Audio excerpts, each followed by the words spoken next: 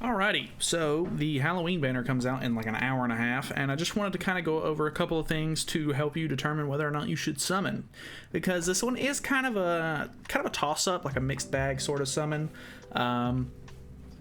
Obviously, the big thing is she is a seasonal unit, a Halloween character, which means that there may not be a lot of chances to get her in the future, at least, because I hope that they don't have the same sort of situation as far as like a Green Gother goes, because, you know, Green Gother was a really, really good unit. I don't necessarily think that she's that good, but she is pretty helpful to have for the bird boss, and she can be used in PvP if you really want her to, so she could potentially be decent in the future. You never know with that sort of character, but for now she's basically good for the bird boss.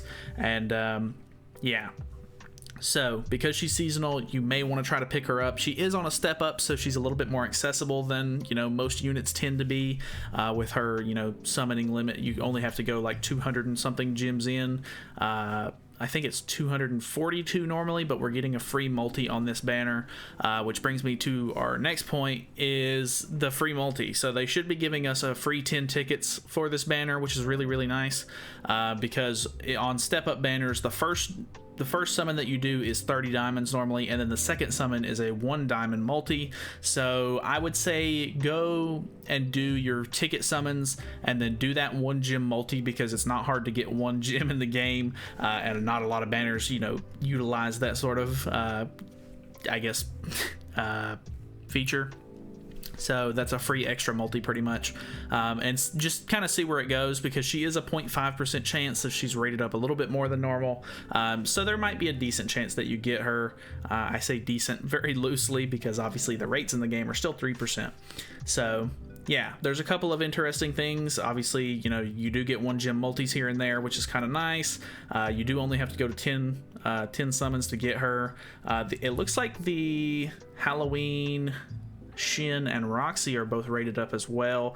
There's not really that many great units on here. I mean, besides like Excalibur, Arthur, and Chandler are both really, really good. But I mean, the rest of these are kind of meh.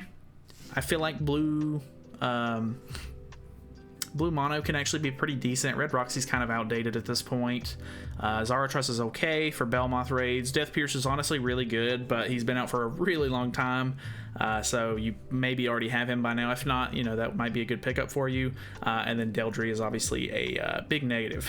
Nobody uses Deldry, and there's good reason for it, I guess. I don't know. She could potentially be okay, but nobody's going to power her up to see about that. So yeah, we do get a free, you know, set of tickets.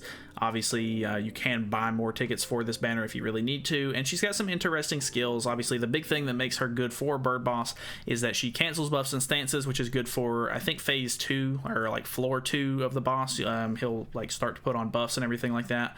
And then she has a taunt, which is basically, you know, the big strat on bird bosses to use either green small Deanne or blue Derriere at the moment, and she kind of takes that role, and she has the buff cancel, which is really nice because Derriere has that one, and Derriere is a Valentine's unit, which doesn't help too much because, like, with her being a Halloween unit, she's exclusive, and Derriere being a Valentine's Day unit, she's exclusive. So if you want maybe the better of the two units, obviously I think Matrona is going to end up trumping both of those two because of her recovery on her passive, which, if you don't know, it is increases allies regeneration rate by 2% for every 1% of the hero's diminished HP. So when she gets really low on HP, she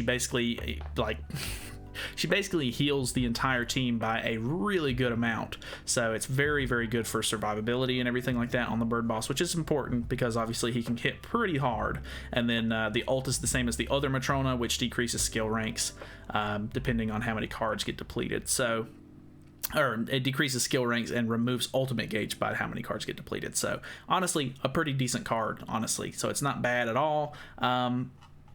I don't know. Honestly, the banner's pretty decent. I wouldn't really recommend going like super hard. I don't think that she's really a unit that you need to have like super maxed out as far as the ult goes. I'm just going to go for 1/6. I think she's a solid pickup, especially if you're going to be playing the bird boss a lot. But I know for some of the newer players and stuff like that, the bird boss is either out of your reach or it's just too much of a headache to deal with, and I completely understand that. Like the holy relic system in the game is really important, but honestly, if you can't deal with the bird boss and he's just more annoying than he is like an actual like fun content for you, which I even have trouble like messing with the bird boss a lot of the times. Like I'm really demotivated to play it because of like how gimmicky and sort of like RNG based it is.